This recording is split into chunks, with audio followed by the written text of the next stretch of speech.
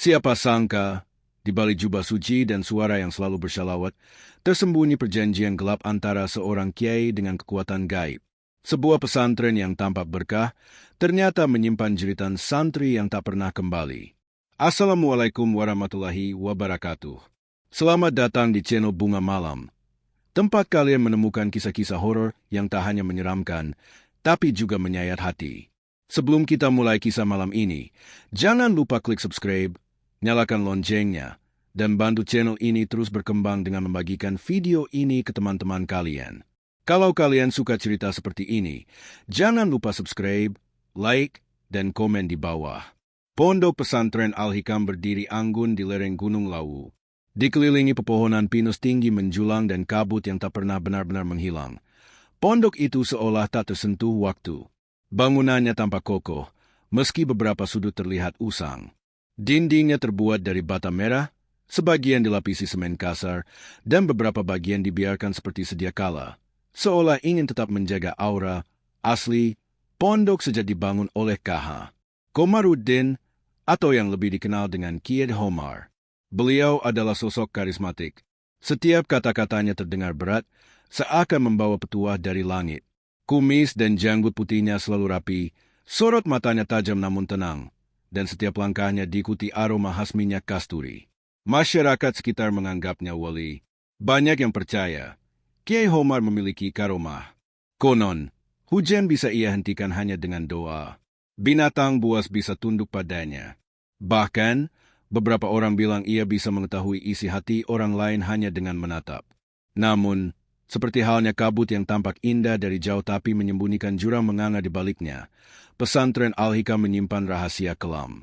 Sejak awal didirikan lebih dari 3 dekade lalu, catatan santri yang hilang menjadi misteri yang tak pernah benar-benar dibuka. Mereka yang bertanya akan mendapat jawaban diplomatis, pulang mendadak, kembali ke keluarga karena sakit, atau diterima di pesantren lain. Tapi tidak ada yang pernah bisa mengonfirmasi kebenarannya. Tidak ada yang tahu kemana perginya para santri itu, termasuk Yusuf.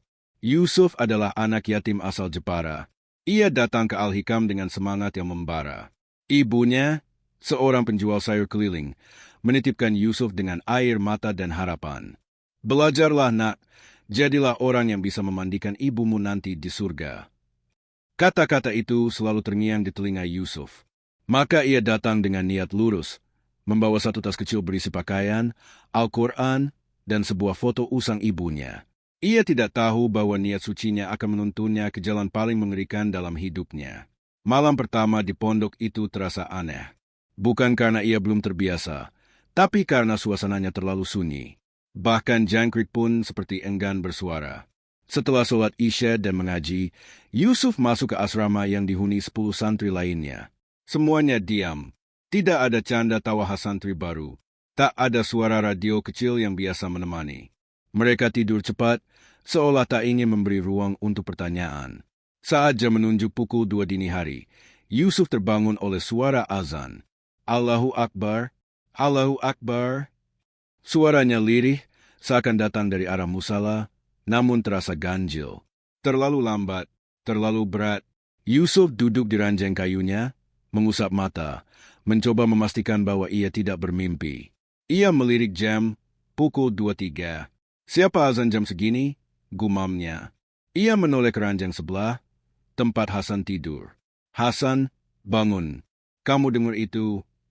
Hasan membuka mata sejenak, lalu segera memejamkannya kembali. Sudah, Yusuf? Tidur saja. Jangan banyak tanya. Ujarnya dengan nada malas, tapi wajahnya tampak tegang. Yusuf tidak puas. Ia berdiri, melangkah ke jendela dan mengintip keluar. Cahaya rembulan mengintip dari balik awan, menyinari halaman pondok yang dipenuhi pohon-pohon tua. Dan di sanalah ia melihatnya. Seseorang berdiri diam di dekat musala kecil. Jubah putihnya berkibar pelan. Dari posturnya, Yusuf yakin itu Kiai Homar. Tapi ada sesuatu yang membuat darahnya mengalir lebih cepat. Bayangan tubuh itu tampak terlalu panjang, seolah berdiri di atas sesuatu. Dan kepalanya, sedikit miring ke kiri, tak bergerak, tak wajar. Yusuf mundur perlahan. Ia memejamkan mata, membaca istighfar, dan kembali ke ranjang. Tapi matanya tak bisa terpejam. Ia tahu ia telah melihat sesuatu yang tidak seharusnya. Keesokan harinya, Yusuf memberanikan diri mendekati Ustaz Fadli, ustaz muda yang terkenal ramah. Dengan suara pelan, Yusuf bercerita tentang apa yang ia lihat malam itu. Wajah Ustaz Fadli langsung berubah. "Kamu mungkin hanya mimpi," katanya cepat. Tapi Yusuf melihat tangan sang ustaz gemetar, memegang tasbih terlalu kencang hingga jemarinya memutih. "Kalau ada yang aneh, lapor ke saya. Tapi jangan cerita ke santri lain. Ya? Bisa bikin kegaduhan," lanjutnya. Yusuf hanya mengangguk, tapi di dalam hatinya ada gejolak. Sesuatu memang tidak beres di pondok ini. Dan ia merasa, tanpa tahu bagaimana caranya, dirinya sedang diawasi. Sejak malam itu, mata Yusuf tak lagi tenang. Ia mulai memperhatikan hal-hal kecil, suara gerakan dari atap musala, kain putih yang tergantung lalu tiba-tiba hilang, hingga cermin di kamar mandi yang retak meski semalam utuh. Hasan yang awalnya ramah pun mulai menjauh. "Udah, Yusuf. Jangan sok detektif. Kau belum tahu apa-apa." Kalimat itu diucapkan Hasan sambil berjalan cepat, tanpa menoleh. Yusuf merasa ditinggal. Tapi dalam diam, ia justru semakin penasaran. Ia merasa harus tahu, apapun itu, dan itulah awal dari kehancurannya. Malam itu langit tanpa bintang. Angin gunung berembus kencang, membuat dedaunan menari liar dan pintu-pintu tua berdiri pelan. Yusuf berdiri di balik bayang-bayang pohon terembesi besar. Napasnya teratur tapi jantungnya berdebar tak karuan. Ia mengikuti sosok Kiai Homar sejak pria itu keluar dari rumah besar di tengah kompleks pondok. Kiai berjalan pelan, langkahnya berat namun pasti, membawa sebuah kendi kuno dengan penutup kain putih. Yusuf menempelkan tubuhnya ke batang pohon, menyatu dalam gelap, mencoba menahan dingin yang menyengat kulitnya. Perjalanan itu membawanya ke bagian belakang pesantren, ke sebuah jalur kecil yang jarang dilalui, ditumbuhi semak-semak dan pepohonan rimbun. Jalan itu berujung di sebuah pelataran tanah terbuka yang hanya dikenal para santri senior sebagai alas larangan. Tempat yang bahkan di siang hari pun terasa dingin dan sepi. Yusuf tahu ia sedang melanggar batas. Tapi rasa ingin tahunya mengalahkan rasa takut. Dari balik semak, Yusuf mengintip. Kiai Homar berdiri di tengah lingkaran tanah yang dipenuhi simbol-simbol aneh. Ia membuka penutup kendi, dan dari dalamnya, aroma amis langsung menyeruak. Yusuf menutup hidung. "Darah?" Ia menuangkan cairan itu perlahan ke tanah, sambil komat kamit membaca doa, atau mungkin mantra, dalam bahasa Arab yang terdengar asing dan serak.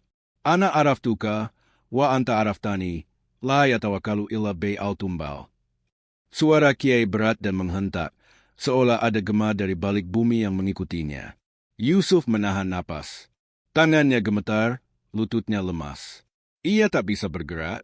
Entah kenapa, tubuhnya seperti ditarik oleh energi tak kasat mata. Dalam hening yang begitu pekat, ia tiba-tiba menyenggol ranting kecil. Kerak! Kiai langsung menoleh. "Siapa di sana?" Suaranya menggelegar, namun tak seperti biasanya. Kali ini ada gema ganjil, seperti suara dua orang bicara serempak dari mulut yang sama. Yusuf panik, tapi kakinya tetap terpaku di tempat. Dan saat mata Kiai Homar menatap langsung ke arah semak tempat Yusuf bersembunyi, seketika tubuh Yusuf menjadi ringan. Seperti ditarik.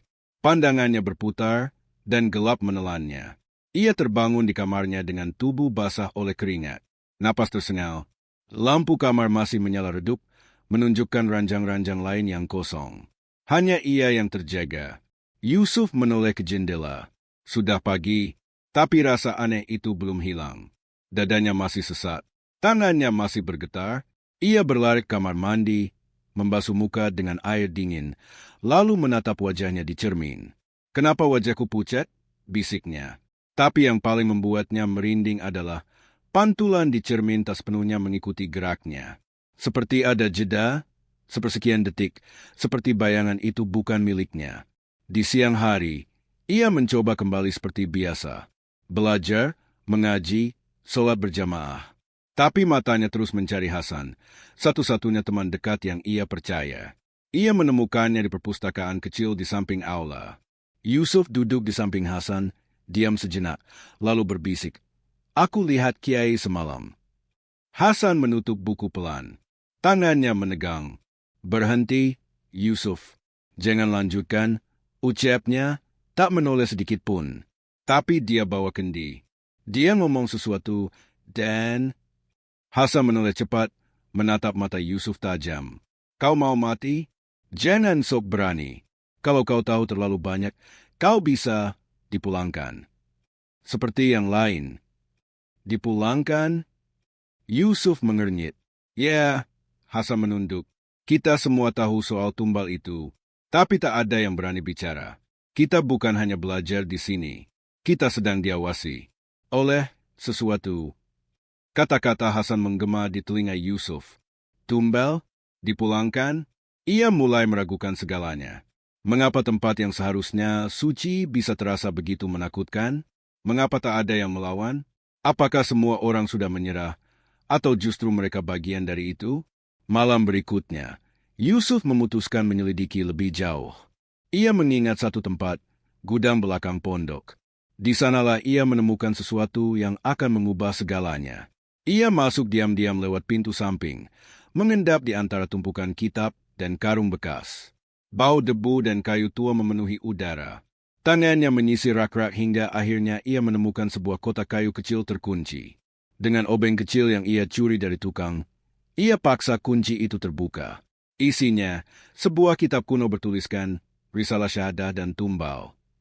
Yusuf membuka lembarannya perlahan. Di dalamnya ada tulisan tangan dengan huruf Arab pegon. Doa-doa pengikat makhluk halus. Tata cara persembahan tumbal. Bahkan, nama-nama santri yang tertulis rapi. Tahun, asal daerah, dan status sudah ditumbalkan. Dan nama terakhir, Yusuf bin Rahim. Tanggalnya adalah hari ini. Kitab itu terjatuh dari tangannya. Ia mundur, tubuhnya limbung, pandangannya kabur. Tidak, ini pasti salah. Tiba-tiba, dari balik lemari, muncul sosok. Kiai Homar berdiri dengan mata menyala merah, wajahnya lebih tua dari biasanya. Seperti kulitnya mulai terkelupas, menunjukkan daging kehitaman di baliknya. Sudah kubilang, jangan ikut campur, suaranya dalam dan bergema seperti jurang. Yusuf menjerit, tapi dunia seolah membungkam. Suaranya lenyap, tubuhnya membeku, pandangannya gelap. Lagi, Yusuf tersadar dengan tubuh dingin dan lemas. Ia terbaring di ranjang asrama, tapi rasanya seperti baru ditarik dari dalam lumpur gelap. Di sekelilingnya, sunyi, hanya terdengar suara jam dinding berdetak perlahan. Ia mencoba duduk, tapi tubuhnya bergetar hebat. Kenangan tentang Kiai Homar, kitab hitam, dan suara keras malam tadi masih terngiang jelas. Yang paling membuatnya takut, namanya sendiri tertulis sebagai tumbal, lengkap dengan tanggal hari itu. Yusuf tak tahu bagaimana ia bisa kembali ke kamar. Apakah seseorang membawanya? Atau makhluk lain? Ia tak punya jawaban. Tapi kini, satu hal yang pasti, hidupnya sedang dihitung mundur. Ia keluar dari kamar dengan langkah terseok. Udara pagi menusuk kulit, tapi di hatinya lebih dingin. Ia menuju kamar Hasan, mengetuk pelan. Tak ada jawaban. Ia mengetuk lebih keras. Tetap sepi. Akhirnya, Yusuf membuka pintu perlahan. Kamar itu kosong. Ranjang rapi, tidak ada tas, tidak ada sandal. Semua barang milik Hasan lenyap. Seolah tidak pernah ada Hasan di pesantren itu. Yusuf panik. Ia berlari ke perpustakaan, berharap bisa bertemu Ustaz Maruf atau siapapun yang masih bisa dipercaya. Tapi perpustakaan pun kosong. Ia membuka daftar absensi santri yang ditempel di papan. Matanya menelusuri satu persatu nama, dan jantungnya hampir berhenti. Nama Hasan tidak ada. Ini tidak mungkin, desisnya pelan. Yusuf langsung menuju kantor administrasi. Ia temui Pak Hadi, penjaga data pondok. Pak, saya cari data santri atas nama Hasan bin Umar. Dia teman sekamar saya, ujar Yusuf terbata. Pak Hadi menatap Yusuf lama, lalu tertawa kecil. Santri baru ya kamu? Nggak ada nama itu. Nak, di daftar resmi, tidak pernah ada yang namanya Hasan bin Umar. Jangan suka halusinasi kalau lagi capek. Bisa-bisa kamu disangka kerasukan nanti. Yusuf terdiam. Dunia seperti berputar. Bahkan penjaga administrasi seperti bagian dari kebohongan ini. Di malam yang sama, Yusuf berdoa dengan sangat panjang. Ia menangis dalam sujud.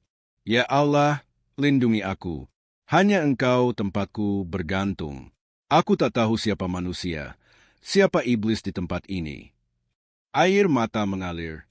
Tapi saat ia membuka mata setelah doa terakhir, ia merasa ada yang menatapnya dari balik pintu kamar.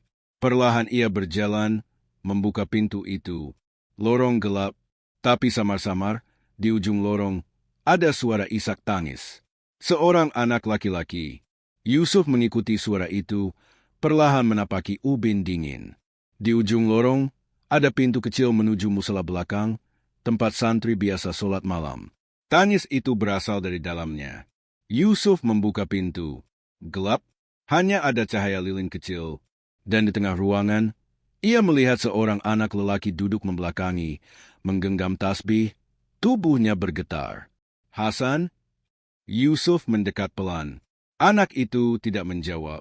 Tapi saat Yusuf menyentuh pundaknya, tubuh itu ambruk. Darah mengucur dari mulutnya. Mata terbuka lebar, namun kosong. Dan wajahnya bukan wajah Hasan, tapi wajah anak lain. Wajah yang sangat mirip dengan foto-foto santri hilang yang Yusuf pernah lihat di ruang arsip. Wajah yang telah lama lenyap dari dunia. Tiba-tiba lilin padam. Ruangan menjadi gelap total. Yusuf ingin berteriak, tapi suaranya tertelan. Tubuhnya membeku. Di belakangnya, terdengar suara kaki diseret pelan. Serak, serak, serak. Dan suara yang sangat dikenalnya, kini berubah menjadi mimpi buruk. Yusuf, sudah saatnya. Itu suara Kid Homar. Tapi suara itu datang bukan dari mulut manusia. Jeritan Yusuf terhenti. Ia ingin lari, tapi tubuhnya menolak bergerak. Seolah kakinya ditanam dalam tanah. Di balik pintu musala, sosok Kiai Homar berdiri. Atau lebih tepatnya, sesuatu yang menyerupai Kiai. Wajahnya bukan lagi wajah tua yang teduh. Kulitnya kehitaman, matanya merah menyala, dan bibirnya robek hingga ke pipi. Suaranya bukan satu, melainkan dua, berlapis seperti suara manusia dan binatang sekaligus. Yusuf, aku sudah menyiapkan tempat untukmu. Suara itu terdengar dalam dan dingin. Yusuf menarik napas panjang. Matanya mencari sesuatu, apa saja yang bisa ia jadikan senjata atau pelarian. Ia melirik tasbih yang tergeletak di lantai, lalu menguatkan diri. Ia membaca sholawat sekuat-kuatnya. Allahumma sholli ala Muhammad wa ala ali Muhammad. Tiba-tiba, lilin di tengah ruangan menyala terang. Sosok Kiai mundur setapak. Yusuf tidak menyia-nyiakan kesempatan itu. Ia berlari melewati lorong, menyusuri koridor pondok yang dingin dan sempit, hingga tiba di ruang arsip yang terkunci. Ia mendobrak pintu tua itu, mengobrak-abrik isi rak, hingga menemukan kitab hitam yang dulu pernah dilihatnya, Risalah Syahadah dan Tumbal. Tapi kali ini, di sampul belakang kitab itu tertulis sesuatu yang baru, tertulis dalam darah kering. Jika ingin lepas, tumbalkan penggantinya. Yusuf gemetar. Ia tahu artinya. Tidak ada jalan keluar kecuali menggantikan dirinya dengan orang lain. Tapi siapa? Ia terdiam. Air matanya mengalir. Ia memeluk kitab itu erat-erat. Tidak, aku tak bisa melakukan itu. Biar aku saja yang menjadi akhir dari perjanjian ini. Sambil gemetar, ia membalik halaman kitab dan mulai membaca doa pemutus yang tertulis di bagian akhir. Doa yang berisi pelepasan perjanjian dan pengorbanan jiwa. Doa yang hanya bisa dibaca oleh seseorang yang siap kehilangan segalanya. Ya Allah, jika hidupku harus menjadi pengganti dari semua yang hilang, maka terimalah. Angin kencang menerpa ruang arsip. Suara jeritan terdengar dari segala arah. Bayangan-bayangan hitam keluar dari dinding, mengepung Yusuf. Tapi ia terus membaca. Meskipun darah mulai keluar dari hidung dan telinganya, ia tidak berhenti. Dan akhirnya, segalanya gelap. Beberapa hari setelah itu, pesantren Al-Hikam mendadak sepi. Warga sekitar melihat asap hitam mengepul dari arah pondok, lalu lenyap begitu saja. Tidak ada pengumuman resmi. Tidak ada santri yang kembali. Tidak ada jenazah. Hingga suatu malam, seorang wanita tua datang dengan langkah pelan. Ia membawa keranjang berisi makanan, dan matanya penuh harap. Anakku Yusuf, sudah waktunya aku menjengukmu, katanya sambil menatap gerbang pondok. Namun gerbang itu Kini hanyalah reruntuhan. Dinding pondok retak. Menara musala roboh. Seakan bangunan itu telah ditelan waktu puluhan tahun, padahal baru beberapa hari berlalu. Di tengah reruntuhan, wanita itu menemukan sebuah kitab tua. Risalah Syahadah dan Tumbal. Ia membuka halaman terakhir. Di sana, tertulis nama-nama yang sudah dihapus, dan satu nama yang bersinar pelan. Yusuf bin Rahim penutup Tumbal. Ia membebaskan. Wanita itu menangis. Ia memeluk kitab itu dan bersujud. Sementara itu, dari balik puing musala, terdengar samar suara ngaji pelan, diiringi angin malam yang membawa bau kayu terbakar. Konon, setiap malam Jumat Kliwon, jika seseorang melewati bekas pondok Al-Hikam dan berhenti sejenak, mereka bisa mendengar suara seorang anak membaca sholawat dari dalam tanah. Dan jika mereka cukup berani membuka kitab yang terkubur di bawah pohon terembesi tua, nama mereka akan muncul di halaman terakhir. Sebagai tumbal berikutnya, itulah kisah kelam dari balik dinding pesantren Al-Hikam. Tentang seorang kiai yang menjual jiwanya demi kekuasaan dan seorang santri yang memilih menjadi penerang di tengah gelap. Ingatlah, tidak semua yang bersorban itu suci. Dan kadang, yang terlihat paling religius, justru menyembunyikan rahasia paling mengerikan. Jika kisah ini membuat bulu kuduk kalian berdiri, jangan lupa untuk like, komen, dan subscribe ke channel Bunga Malam. Aktifkan loncengnya agar kalian tidak ketinggalan kisah-kisah horor emosional lainnya yang bukan hanya bikin takut, tapi juga bikin hati ikut menangis. Sampai jumpa di kisah berikutnya. Wassalamualaikum warahmatullahi wabarakatuh. Bunga Malam, menyulam mimpi menjadi mimpi buruk.